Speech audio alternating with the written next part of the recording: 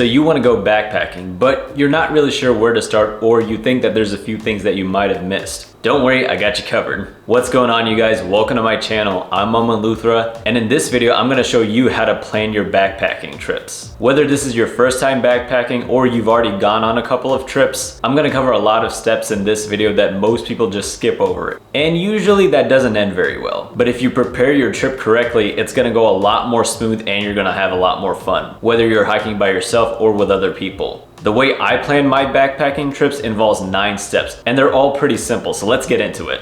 So the first thing you gotta do is pick a trail. Well, duh, I already did that. Let's go on to the next step. Yes, but a lot of people don't really think this step through. I think the 2 most important things that you have to consider when picking a trail are your fitness level and how much time you have available. When you pick a trail, you should be relatively confident that you have the strength and endurance that's needed to complete this trail in however much time you have available. One common mistake that backpackers make is that they pick a really long or challenging trail and then they don't have enough time to complete it, or they just get too tired and then they give up on the hike. So again, when picking a trail, consider your fitness level and how much time available, and you should be relatively confident that you can get it done. And if you're not sure where to pick a trail, I would recommend going on all trails and using the distance filter. For example, you can set it between 10 and 20 miles, and then it will show you all the trails around you that fit that criteria. And by the way, if this is your first backpacking trip ever, I would highly recommend that you go somewhere familiar and somewhere nearby, because the last thing you want to do is get stuck in a remote area that you don't really know too well, and it becomes hard for you to get back to where you started. So again, assess your fitness level and assess how much time you have available. And if it's your first time backpacking, then go somewhere familiar and nearby.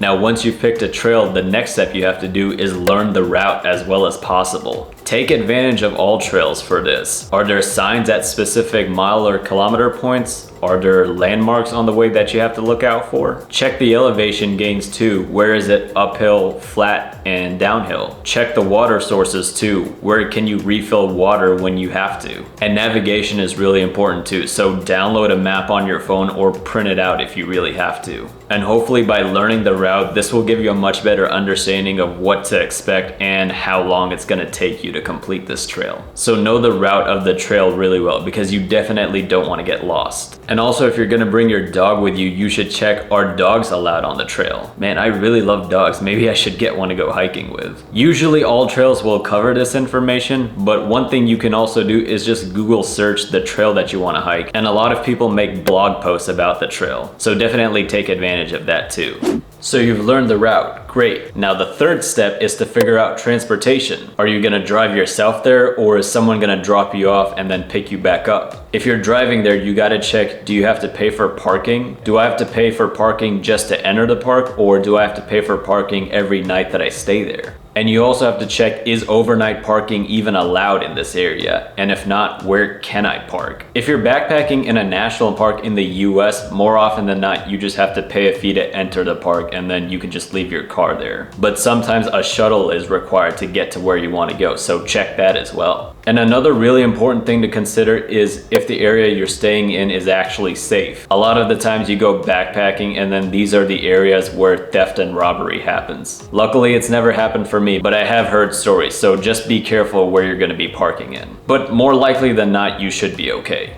And if someone's gonna drop you off and then pick you up, let them know what time and where to go, because they shouldn't leave you out in the woods. That would just not be cool. So step number 4 is to figure out where you're gonna camp each night. Now, some people prefer to just go with the flow and figure out where they will camp as they're hiking. But I like to plan out where I'm gonna camp each night, because then I can decide how far I'm gonna hike each day. And I know where the camping spots are so that I'm not looking for one when I'm out hiking. Again, take advantage of all trails to do this and note where the camp spots are. And also note if it's allowed to make a campfire, because not all campsites will allow you to make a fire. And you should also check, are there bear boxes near the camp spot? Are there water sources near the camp spot? To me, if these things are there, then they are more desirable for me to camp. But just do your research and figure out where you're gonna camp each night. Now, step number 5 is to plan your meals for each day. What's going to be your breakfast, lunch, and dinner each day that you're outside? What are the snacks that you're gonna bring along with you? These are things that I like to write down on my phone before I head out. Also, I would highly recommend that you try these meals at home first before you go out and have them outside. And I just say that because I know freeze freeze-dried meals are a very popular option when it comes to backpacking, but personally, I just don't like freeze-dried meals at all. I just don't think they taste good or are very healthy. So I prefer to prepare my own meals at home. So again, try the meals out at home so that you know that you're gonna enjoy them when you're outside. And also, speaking of food, you should also check if bear canisters are mandatory where you're hiking. A lot of places in the northern and western United States will not even allow you to have bear bags because there's high bear activity. So check if bear canisters are necessary. And finally, just remember to practice leave no trace with your food. Man, just saying that is already making me hungry. I gotta get out of this kitchen. Okay, now step number 6 is to check the conditions of your hike, which of course means the weather. Is it gonna be snowing? Is it gonna be rainy? Is it gonna be sunny? And also check how windy it's expected to be as well. And that way you can plan accordingly what you're gonna wear when you go out hiking. But you should also check if there's gonna be snow on the ground or if it's gonna be muddy. Maybe you wanna carry micro spikes with you or boots with extra traction. And some other things as far as conditions go, check the vegetation in the area. There might be a lot of poisonous plants that you have to watch out for. And also check the wildlife. Are there bears in the area, snakes, or any other animals that you should watch out for? If you're hiking in the summer, you probably wanna watch out for bugs and diseases too. When it gets hot, that's when the ticks come out. So please don't get bitten by one. You should also check, are there any trail closures on the way? There might be construction happening, or maybe a rock or tree fell and they have to close the trail. So how are you gonna get around that, or should you pick another trail? And finally, check if you need some sort of hiking permit. A lot of the times if you're hiking in a national park, you need to have a wilderness permit, so be sure to take care of that too. Alright, I gotta go back in. It's way too cold out here.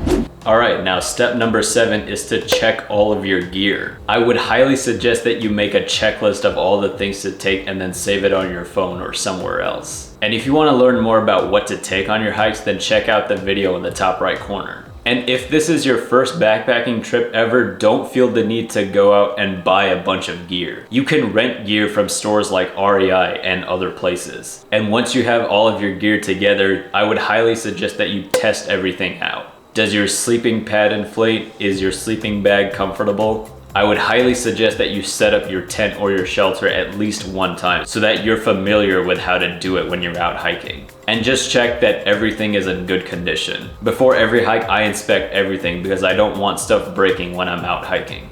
If you're bringing your dog with you, then make sure your dog has everything that he or she needs. Also, check the weight of the pack when it's fully loaded up. Always remember, the less you carry, the better. And finally, I would highly suggest that you have at least one thing to do if you get bored at camp. Maybe you can play with your dog at camp, but for me personally, I like to download audiobooks on my phone and then listen to them. But have at least one thing to do if you get bored. And whatever that thing is, make sure it's not adding too much weight to your pack either. What are some things that you like to do when you're out camping or hiking? Comment down below and let me know.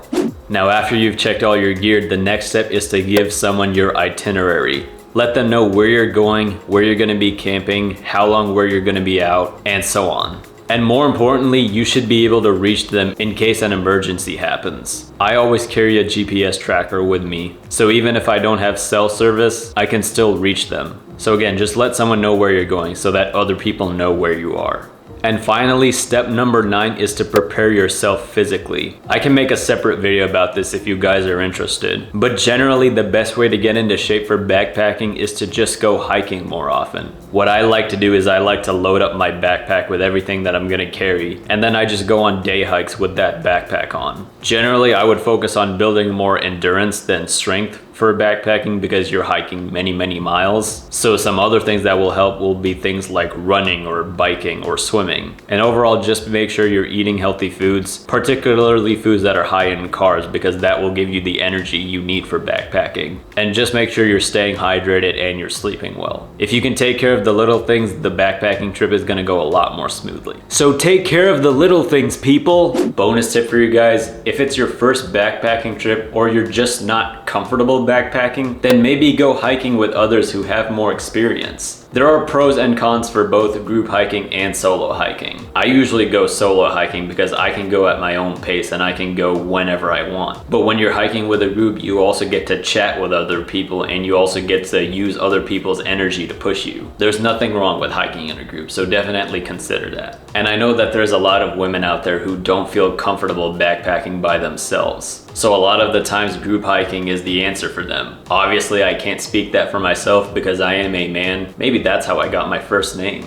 But just do what you gotta do to feel safe and go have fun. And that's pretty much all you gotta do, except I have one more bonus tip for you. I know this is gonna sound cheesy, but your mindset matters a lot. When you're out backpacking, it's very easy to think to yourself, oh my gosh, this sucks, or oh my gosh, I'm so tired, or oh my gosh, I have a very long way to go. And these are the thoughts that a lot of backpackers have when they're out hiking. And because of that, they just don't have as much fun. So instead, just do whatever you can to think positive and have fun. You can appreciate the nature around you. You can appreciate that you're getting into better shape. There's a lot of things to be grateful for when you're out backpacking. So again, mindset matters a lot. Otherwise, if you thought that I missed something on this list, then definitely share it down in the comments below. Hopefully this video was helpful for you. If it was, then please give it a like and subscribe down below. I make outdoor videos just like this one very often on this channel. So if you want to learn more about hiking and backpacking, and if you want to discover new places to go explore, then definitely